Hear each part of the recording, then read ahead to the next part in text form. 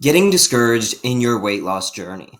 Okay, weight loss is a multitude of factors. So today we are going over 5 different ways to measure weight loss and results in general if you're trying to lose weight. Before we get into that, I've been a personal trainer for over 7 years. My name's Peter. I'm also an ADHD health coach, and I've noticed that when my clients are going over their weight loss journeys, they commonly get discouraged because they are focusing on one factor. And that one factor is the number on the scale. That is one way to measure weight loss. But the scale can lie because there are other things that are going on. Your body composition is changing. So if you are building muscle, muscle weighs more than fat. So if you are gaining or staying the same on the weight and it's just a gradual gain, sometimes that can be because of the body composition changes. Or maybe you're not losing as much weight as you wanted to do. And that can be because you are improving other mass, which is going to help you in the long run with your weight loss journey. The second way to measure your weight loss is by how your clothes fit. And so this is what I would do. I would take one pair of pants or your commonly used attire, shorts, whatever you want to use. And I would take one shirt or bra or piece of underwear, whatever it is. And I would use that as a measurement tool. Write down how it fits you. Is it snug? Is it tight? Is it loose? Whatever it is. And put that in there. Also, the specific areas it is hugging. Is it tight on the waist or on the legs, inner thighs? What is it tight on? Is it tight on the calves? Stuff like that. I would also, in your undergarments, take a picture from the front, side, and back. This is a way to see what's going on under the clothes as well, not just the clothes itself. And I would factor this in still as the number 2 way of doing things, although this could be categorized as a third. But for the purposes of this video, we're not going into that. But I would take the before picture, and then in 3 months, because it's going to take a moment to actually see that change, is take the second picture, and then you can do it after another 3 months, and then after another. And this will really help you see the building up of your progress. And or if there isn't progress, because then you can change something. 3 is going to be your mood. Your mood plays a big role in everything. Now your hormones are starting to get regulated as you're starting to lose weight, depending on how much weight you're losing. But as you're developing healthier body composition, things are changing. Your fat is a way of producing hormones like estrogen. Now, that's not inherently bad, but it still can mess with the fluctuation of your body.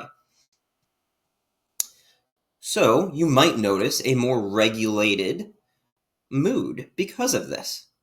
Also, exercise in the long run is going to help you feel better, and same thing with weight loss. Healthier choices, healthier eating habits might end up making you feel better because of a multitude of different things like the gut-brain axis, the overall just feeling like you're going in the better direction, stuff like that. It's really mood boosting. And so I notice personally my energy levels and my focus are better, but I do have ADHD, and that is the reason why I focus on these things. I don't focus on weight loss itself for me. I focus on my ADHD symptoms and just feeling better. If I don't exercise, I feel like shit. If I don't eat right, I feel like shit. I eat not right a lot of the time, but there's a balance, and you can make this balance as you're losing weight too. The 4th is circumference testing. So there's this little thin type of measurement tool. It's a circumference tape. And essentially what you do is you wrap it over your arms, your forearms, your thighs, your chest, all those things, and you could get the numbers of each thing on how the circumference is changing. Now, the thing about this as well is it can be tricky if you're not getting the right measurement to begin with because it's not tight. And it can kind of imitate sometimes what the scale does, to where it can trick you because your muscles could be getting bigger, especially if you're not used to training, and it won't be that big, but it can trick you into thinking, oh, I'm not improving here. And so just to be careful with that is helpful. But it really gives you some external data to use. The fifth one is bioelectrical impedance. That's a big word, fancy word. I might not even be saying it right or remembering it right. My bad. I just took a test on this too. I'm in a master's program in nutrition and exercise physiology. And so bioelectrical impedance, it's not like they're shocking you. It's the things that you notice on the scale. So you know those little silver platter things, and then the scales on some of these smart scales feeds back to you your body fat, your muscle mass, all that good stuff. Well, that's bioelectrical impedance, and that can be a great way to see some results.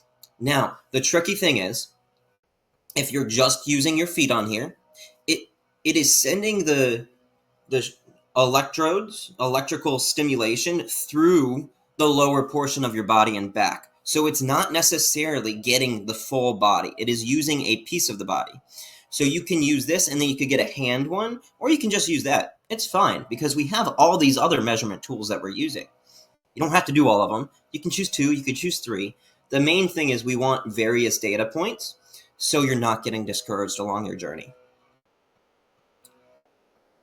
I hope this has helped. With bioelectrical impedance, just take into account that if you are dehydrated, it does change the results.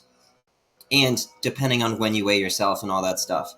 When it comes to weighing yourself and all these measurements, weighing yourself in bioelectrical impedance, focus on a weekly thing if you do want to go that much with it. Otherwise, once a month is fine. With the clothes and the before and after pics, I would focus on doing that every 3 months. With the circumference, I would focus on that either once a month or every 3 months as well. It depends on you. You probably won't notice much of a difference if you do the once a month, so take that into account. And then the energy levels and focus, I would focus on that on a weekly basis or on a bi-weekly basis. If you want more health and fitness tips on how to help boost your behavior change for weight loss and fitness, go ahead, give me a follow, subscribe, like the channel. This is one of my longer videos, so I apologize about that. I got kind of lost in the sauce there. I am an ADHD health coach, so if you would like more help in general, I do take on clients who do not have ADHD as well. You just got to let me know because there's a different way of going about it. But go ahead, send me an email, admin@vitalu.org, for your free discovery call if that is something you want to do. All right, thank you for joining. Please like, subscribe, share. This is how this channel can grow. I really want to just help as many people as I can. Thank you.